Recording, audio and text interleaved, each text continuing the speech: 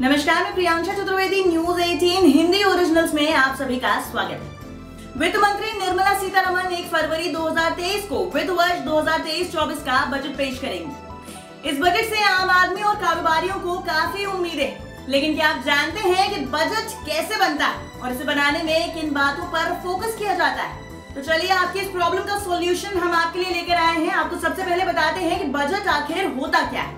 भारतीय संविधान के आर्टिकल 112 के अनुसार केंद्रीय बजट देश का सालाना फाइनेंशियल लेखा जोखा होता है।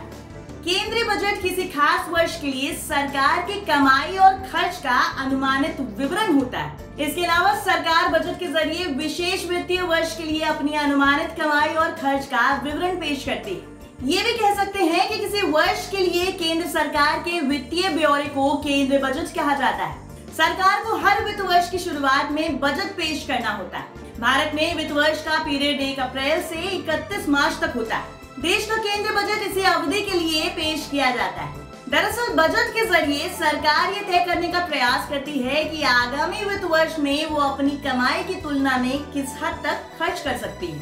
देश का बजट पूरी तरीके से जीडीपी पर आधारित होता है। तो चलिए आपको ये भी बता देते हैं कि जीडीपी क्या होता है। देश में किसी साल मैन्युफैक्चर्ड प्रोडक्ट या सर्विसेज के मौजूदा बाजार रेट को जीडीपी कहा जाता है। जीडीपी यानी कि ग्रॉस डोमेस्टिक प्रोडक्ट। देश का बजट इसी पर बेस होता है। दरअसल बिना जीडीपी के बजट बनाना पॉसिबल ही नहीं। बिना जीडीपी को जाने सरकार ये तय नहीं कर सकती कि उसे राजकोषीय घाटा कितना रखना है। अब राजकोषीय घाटे की बात हुई है तो आपको ये भी समझा देते हैं कि राजकोषीय घाटा आखिर क्या होता है। राजकोषीय घाटा इज इक्वल टू सरकार की कुल पूंजी यानी कि सरकार की कुल आय, गवर्नमेंट बोरोइंग्स प्लस लोन की वसूली प्लस अन्य टैक्सेस। इसका मतलब है यदि सरकार की कुल पूंजी वित्तीय वर्ष में उसकी कुल राजस्व और गैर राजस्व प्राप्तियों से अधिक है तो वो अंतर वित्तीय वर्ष के लिए राजकोषीय घाटा होता है। इसके साथ ही जीडीपी के बिना सरकार ये भी नहीं जान पाएगी कि आने वाले साल में सरकार की कितनी कमाई होगी। कमाई का अंदाजा लगाए बिना सरकार के लिए तय करना मुश्किल हो जाता है कि उसे कौन सी योजनाओं में कितना इन्वेस्टमेंट करना है। तो चलिए आपको ये भी बता देते हैं कि आखिर बजट तैयार कैसे होता है। बजट की तैयारियों में revenue department, industrial association, chambers of commerce, farmer union, trade union, economist जैसे अलग अलग सेक्टर्स के स्टेक होल्डर्स के साथ फाइनेंस मिनिस्टर चर्चा करती है। बजट की तैयारी के पहले हिस्से में आर्थिक मामलों के विभाग, बजट के डिवीजन से सभी मंत्रालयों, राज्यों और केंद्र टेरिटरीज, ऑटोनॉमस बॉडीज और डिफेंस फोर्सेस को सर्कुलर जारी कर दिया जाता है। बजट को बनाने में वित्त मंत्रालय, इंडस्ट्रीज, कॉर्पोरेट और आम आदमी से भी सुझाव मांगा जाता है। अलग अलग सुझावों को देखकर अधिकारियों के साथ बैठक के बाद बजट डॉक्यूमेंट्स तैयार किए जाते हैं। बजट बनाने की प्रक्रिया में करीब 100 लोगों की टीम काम करती है। बजट आने से 10 दिन पहले इन लोगों को नॉर्थ ब्लॉक ऑफिस यानी कि वित्त मंत्रालय के मुख्यालय में ही रहना होता है।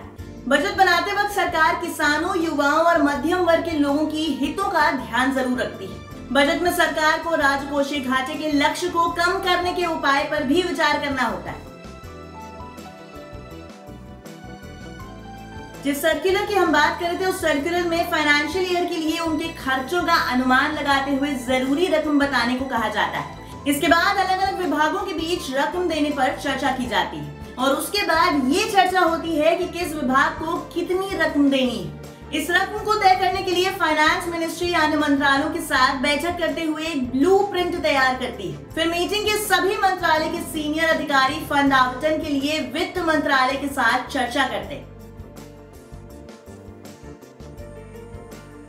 अब जानते हैं बजट बनाने का मकसद क्या होता है। दरअसल सरकार की आय के प्रमुख स्रोत टैक्सेस और राजस्व, सरकारी शुल्क, जुर्माना, डिविडेंड और दिए गए कर्ज पर ब्याज आदि शामिल है। चूंकि हर साल फरवरी में देश का केंद्रीय बजट पेश होता है, ऐसे में ये समझना जरूरी है कि बजट के जरिए सरकार का क्या मकसद होता है। इसको समझाने के लिए पॉइंट्स का इस्तेमाल करते हैं। इसमें सबसे पहले नंबर पर है इनकम टैक्स के साधन बढ़ाते हुए अलग अलग स्कीम के लिए फंड रिलीज करना। दूसरे नंबर पर है देश की इकोनॉमिक ग्रोथ रेट को बढ़ावा देने के लिए योजनाएं तैयार करना। तीसरे नंबर पर देश के नागरिकों को आर्थिक स्थिति में सुधार के लिए गरीबी और बेरोजगारी को कम करने के लिए योजनाएं बनाना। चौथा और आखिरी है देश में बेसिक ढांचे के निर्माण के लिए फंड जारी करना, जिसमें कि रेल, बिजली, सड़क जैसे सेक्टर्स शामिल हैं। आपको कैसी लगी हमारी ये खबर, हमें कमेंट सेक्शन में जरूर बताएं। बजट से जुड़ी ऐसी ही और अपडेट्स के लिए देखते रहें न्यूज़ 18 हिंदी ओरिजिनल्स।